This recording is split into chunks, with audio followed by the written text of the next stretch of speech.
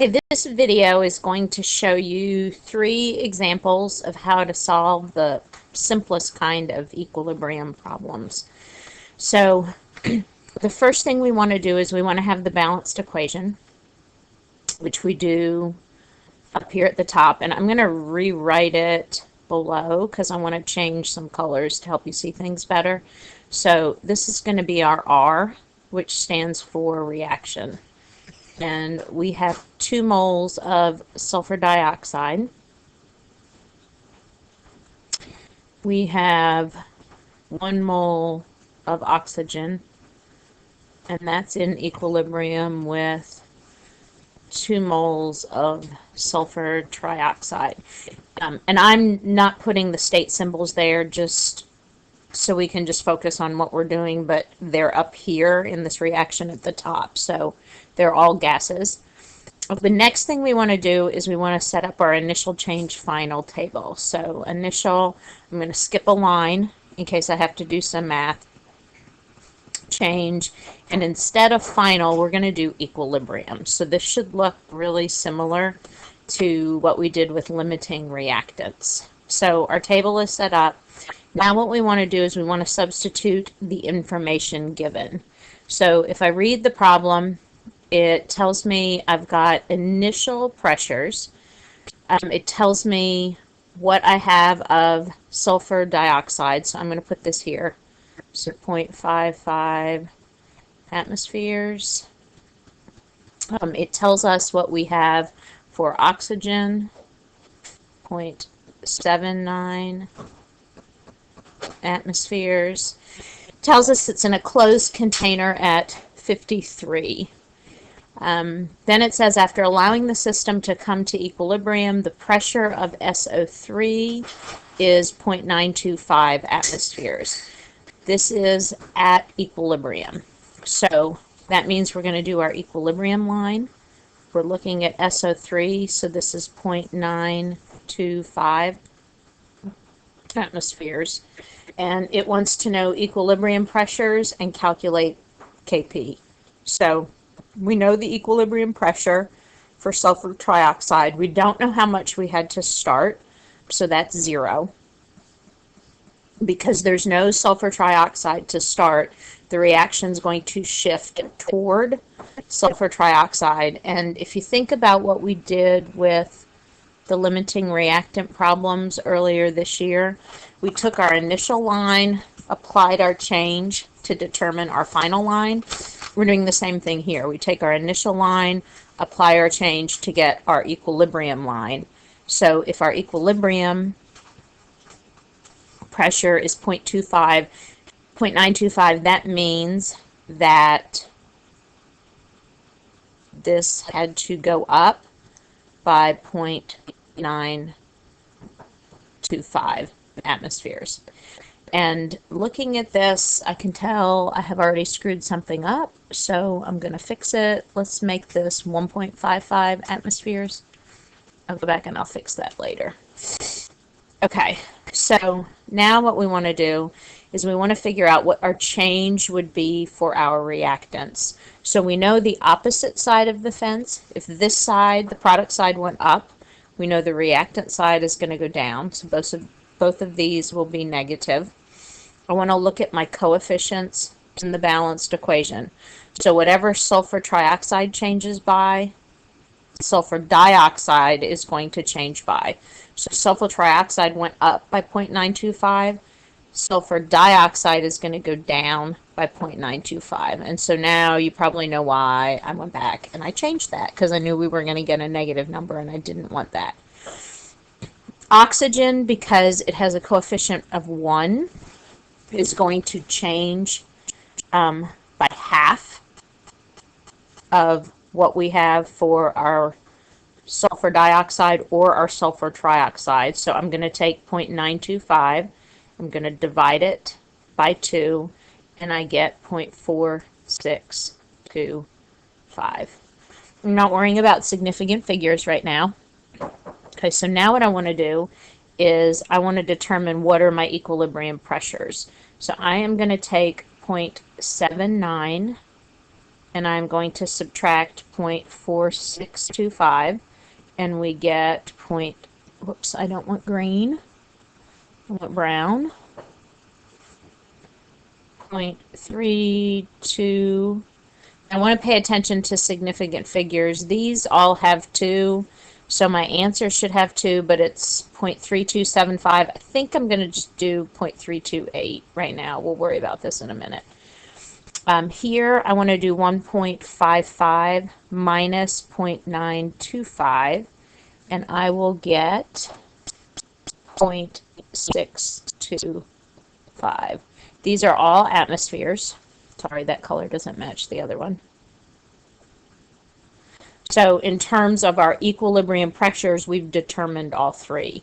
If I want to do significant figures for each of these, sulfur dioxide would be 0.63 atmospheres. Oxygen would be 0.33 atmospheres. And sulfur trioxide was already given, but that would be 0.93 atmospheres. Okay, now what we want to do is calculate Kp for the reaction. So I'm going to write the equilibrium expression first. So K sub P equals pressure of products raised to its coefficient as a power times the pressure of our reactants. I'm squaring that because it has a coefficient of 2 times the pressure of oxygen. Let me move this out of the way so we can see. Okay, I'm going to substitute the values that we have into that. So K sub P is going to equal 0.93 squared divided by 0.63 squared times 0.33. So let's see what we get. And we'll do 0.93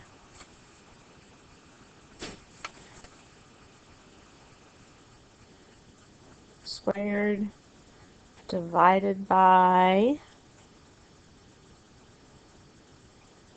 0.63 squared. All right, I'm not doing my math right on my calculator, sorry. I'm going to pause the recording. Okay, so if I go ahead and do all of the math for this, I get, with 2 significant figures, 6.6, which tells me that my reaction, because this is larger than 1, tells me that at equilibrium, this is product favored.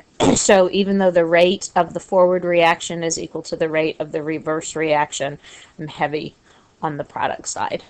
Okay, that's the first example. Let's go on to the second example. Here's our reaction.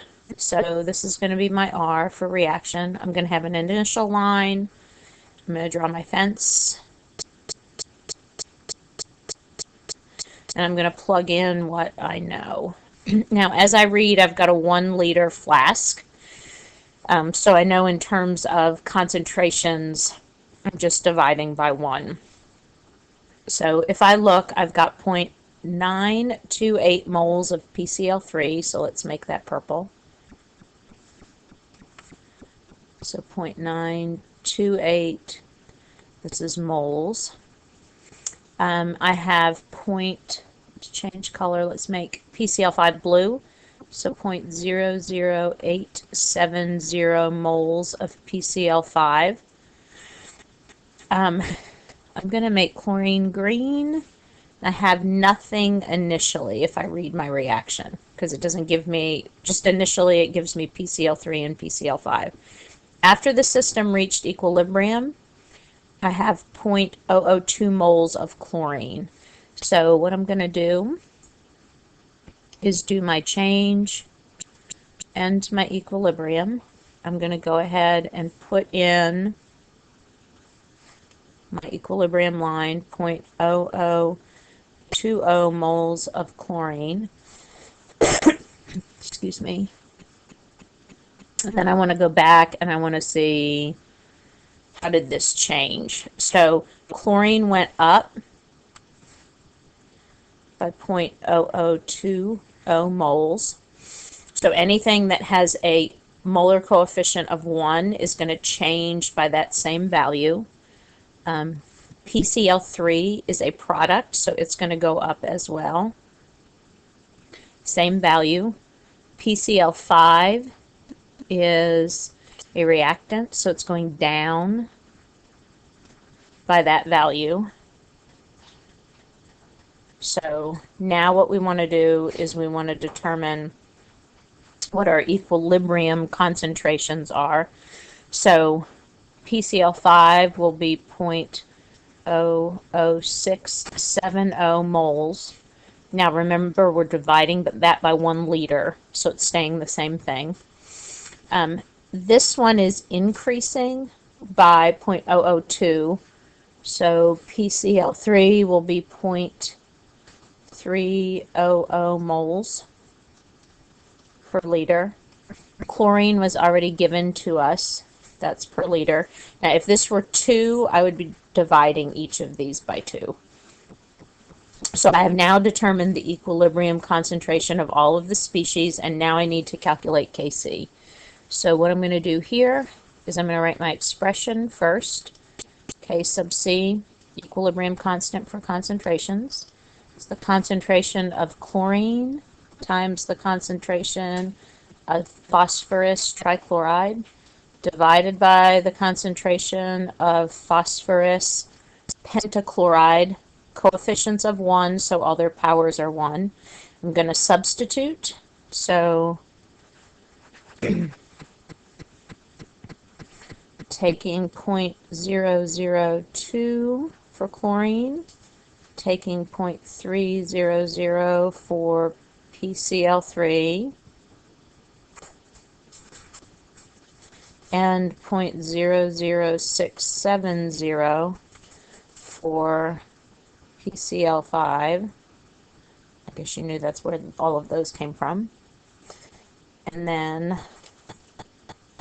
I'm going to go ahead and calculate. So 0.002 times 0.3 divided by 0.00670. If I look at the problem, I have 2 sig figs, 3 sig figs, 3 sig figs, 2 sig figs. So my answer should have 2 significant figures. So 0.0. I got 895, so I'm going to say 90. This is reactant favored. So what that tells us is that even though the rate of the forward reaction is equal to the rate of the reverse reaction at equilibrium, we're heavy on the reactant side. Okay, one more example problem. Whoops, I went too far. Here we go. So we've got an equation again, and I'm going to go ahead, I think, and use this rather than rewriting it. So this is going to be my reaction. Here will be my fence. I'm going to set up my initial. I'm going to skip a line, change equilibrium. I'm going to substitute values in when I'm given. So I've got 2 moles of SO2 Cl2. So let's just go ahead and do that in blue. Excuse me, I've got a 2-liter flask, so I need to make sure I pay attention to that. It tells me that 6% of this decomposes to these 2. So initially, I have no sulfur dioxide, and I have no chlorine. So now what I need to do, I can turn this into molarity, or I can leave it as moles and calculate molarity at the end. It doesn't really matter, but I think what I'll do, because I don't want to forget, is I'm going to go ahead and I'm going to divide this by 2 liters right now. So that's going to give me 1 molar SO2Cl2. And I know this is not significant figures, so I have to remember that and pay attention to that. Okay, so if 56% of this decomposes, if I had 100, I would have 56% of it would turn into SO2 and Cl2. So I would have, what, 44% left. But because I have 1, I'm really just taking 56% of that. So 1 times 0.56. I don't know why I'm getting that number.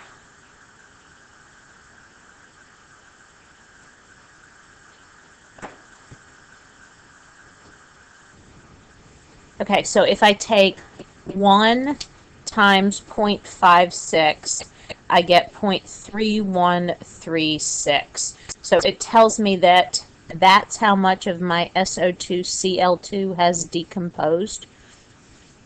So what that means is I have lost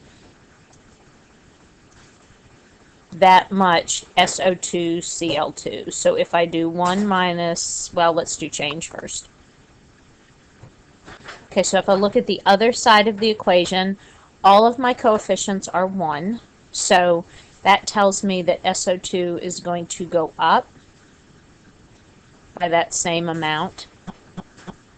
Chlorine will go up by that same amount. Now, I don't think I've done a good job of having an example where I had twice as much. So let's just say that there was twice as much chlorine. I would take this number and I would multiply it by 2. But that's not what we have, so I'm not going to do that. Now I want to figure out what my equilibrium concentrations are. So if I do 1 minus 0.3136, I get 0.6864 molar. For my sulfur dioxide, I'm going to have 3136 molar. Chlorine, I will have 0.3136 molar. If I want to do sig figs, this will be 0.31 molar for chlorine. The same thing for sulfur dioxide. And then when I'm looking at SO2Cl2 is going to be 0.69 molar.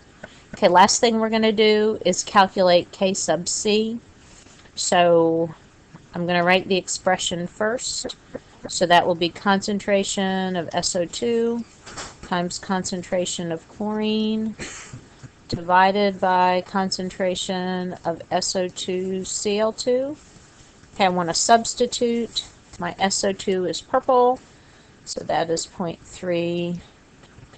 I can do 0.3136 and then do sig figs at the end. My chlorine is 0.3136, so it's really 0.3136 squared. My SO2Cl2 is 0.6864. So if I calculate 0.3136 and I'm squaring that, dividing that quantity by 0.6864, I get, I want 2 significant figures, 0.14. This tells me it is reactant favored. So even though the rate of the forward reaction and the rate of the reverse reaction is equal, I have more reactants than I do products.